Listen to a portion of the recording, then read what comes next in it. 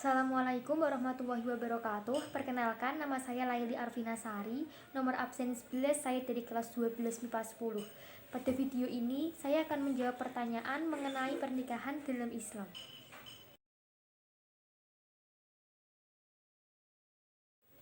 Hikmah dan nilai-nilai positif yang dapat diambil dari sebuah pernikahan yang sah secara Islam antara lain yang pertama, dapat meningkatkan ibadah kepada Allah. Segala sesuatu yang dilakukan oleh seorang suami kepada istri atau sebaliknya merupakan ladang untuk beribadah kepada Allah. Yang kedua, dapat memenuhi kebutuhan biologis secara sah dan halal.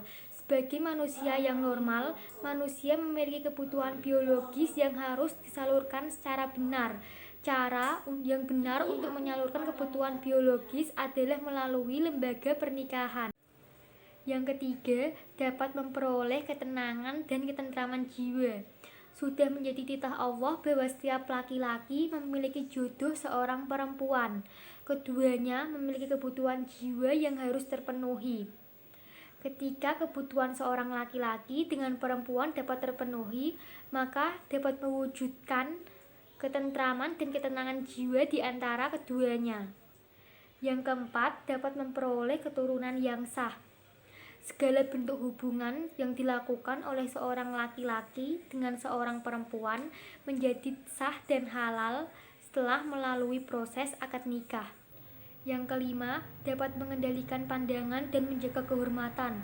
Pernikahan yang dilakukan melalui proses memilih dengan penuh hati-hati sesuai tata cara dan pertimbangan ajaran Islam dapat menundukkan pandangan mata dan mengendalikan nafsu biologis yang cenderung liar. Yang keenam, dapat membentuk keluarga yang islami. Pernikahan yang dilakukan sesuai ajaran Islam secara konsisten dapat menjadi lembaga pelaksanaan nilai-nilai ajaran Islam. Yang ketujuh, terjalinnya silaturahim antara dua keluarga besar, baik dari pihak suami maupun pihak istri. Bekal yang semestinya dimiliki oleh calon mempelai sebelum terjadinya pernikahan antara lain yang pertama, bekal ilmu. Bekal ilmu salah satunya adalah mempunyai visi dan misi bagaimana keluarga tersebut akan dibawa setelah terjadinya pernikahan. Begitu pula hal-hal teknis terkait pernikahan seperti fikih suami istri, haid pada perempuan, serta perceraian. Yang kedua, bekal mental.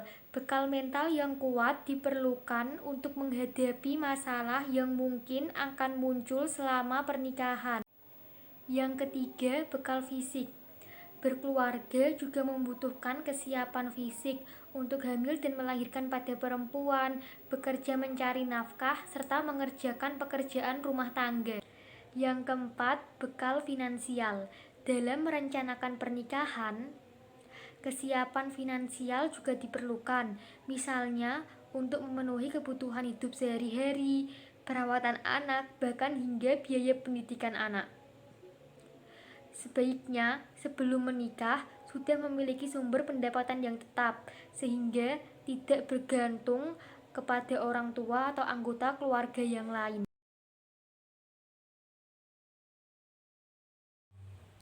Perbedaan konsep hitbah dalam Islam dengan konsep pacaran antara lain, hitbah adalah permintaan dari pihak laki-laki kepada pihak perempuan untuk melangsungkan pernikahan.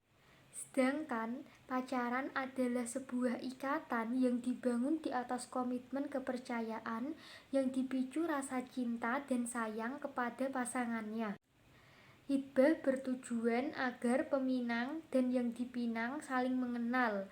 Selain itu, hitbah juga bertujuan sebagai persiapan memasuki kehidupan rumah tangga yang langgeng. Sedangkan pacaran bertujuan hanya untuk bersenang-senang tanpa ada ikatan yang resmi.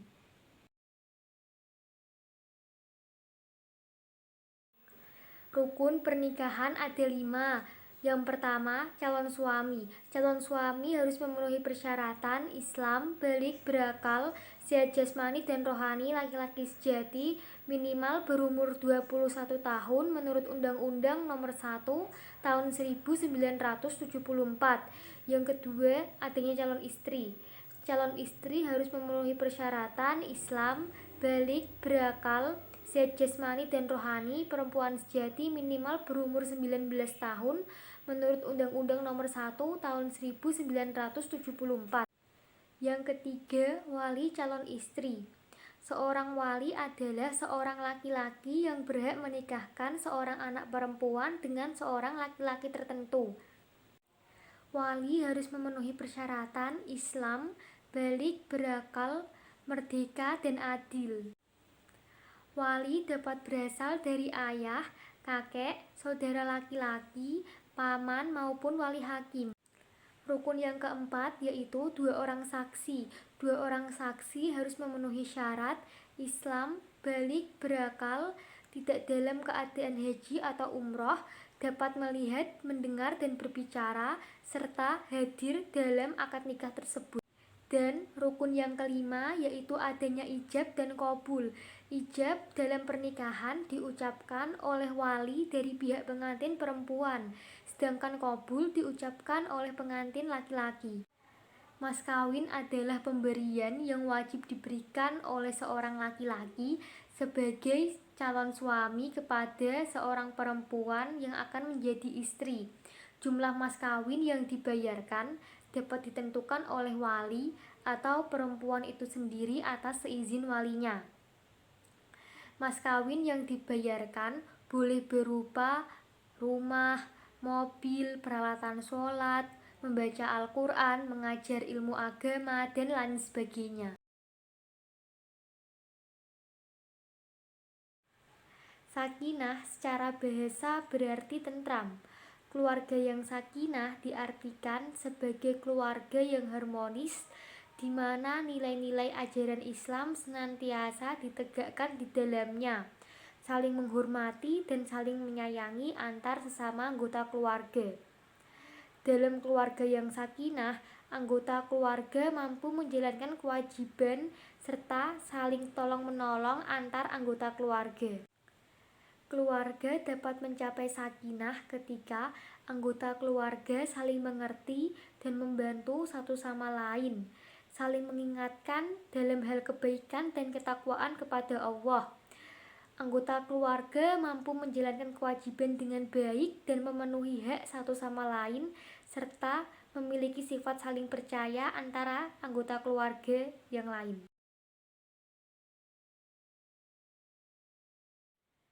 Faktor penyebab perceraian terjadi di Indonesia. Yang pertama, masalah ekonomi.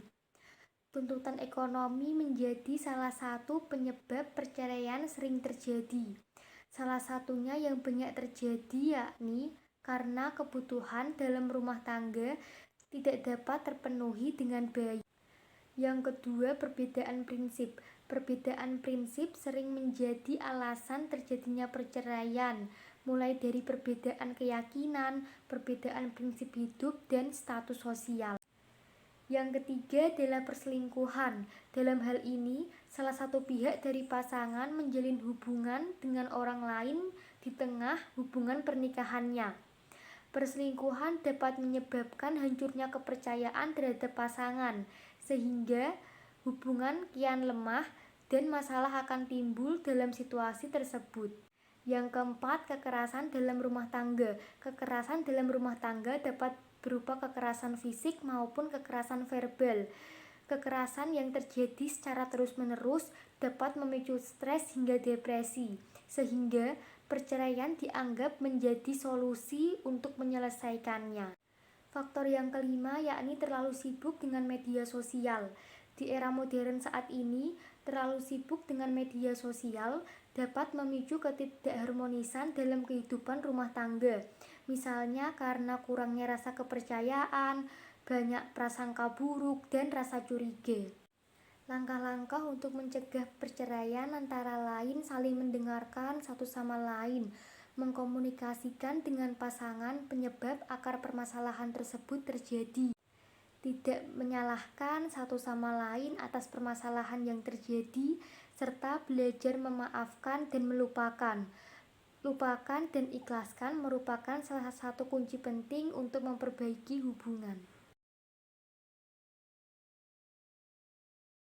Menurut pendapat saya, jika istri ikut mencari nafkah atau bekerja, maka tidak apa-apa selagi suami memberikan izin kepada istrinya dan istri tidak melupakan tanggung jawabnya sebagai seorang ibu rumah tangga.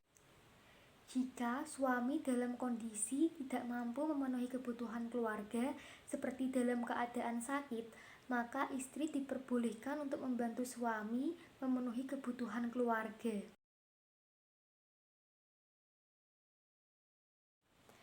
Menurut pandangan saya, poligami di masyarakat dalam masa sekarang hanya berlandaskan kebutuhan biologis dan melupakan unsur keadilan di dalamnya. Tidak sesuai dengan yang dipraktekkan oleh Rasulullah. Rasulullah melakukan poligami dengan beberapa pertimbangan, di antaranya untuk memberi kehormatan kepada janda dan meningkatkan derajat janda dan wanita. Sekian jawaban yang dapat saya sampaikan. Mohon maaf apabila masih ada kesalahan dan kekurangan. Terima kasih. Wassalamualaikum warahmatullahi wabarakatuh.